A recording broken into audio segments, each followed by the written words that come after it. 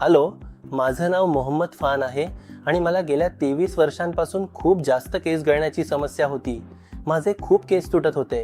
मी कित्येक डॉक्टरांना दाखवलं, बऱ्याच औषधांचा वापर केला, काही तेलं आणि ऑइल्सही वापरली, पण काही विशेष फरक पडला नाही. म्हणजे काहीच फरक पडला नव्हता त्या सगळ्या गोष्टींमुळे.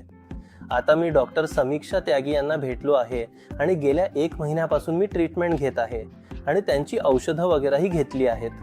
आता माझे केस म्हणजे अगदीच जास्त प्रमाणात गळणं थांबलं नाहीये, पण खूपच कमी झालं आहे. आणि मी नुकताच PRPचा सेशन घेतला आहे.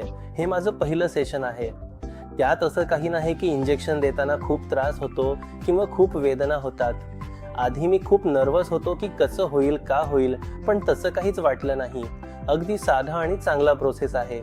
मला अजून 3-4 PRPचे सेशन्स घ्यायचे आहेत, त्यानंतर जास्त काही घ्यायचं नाही.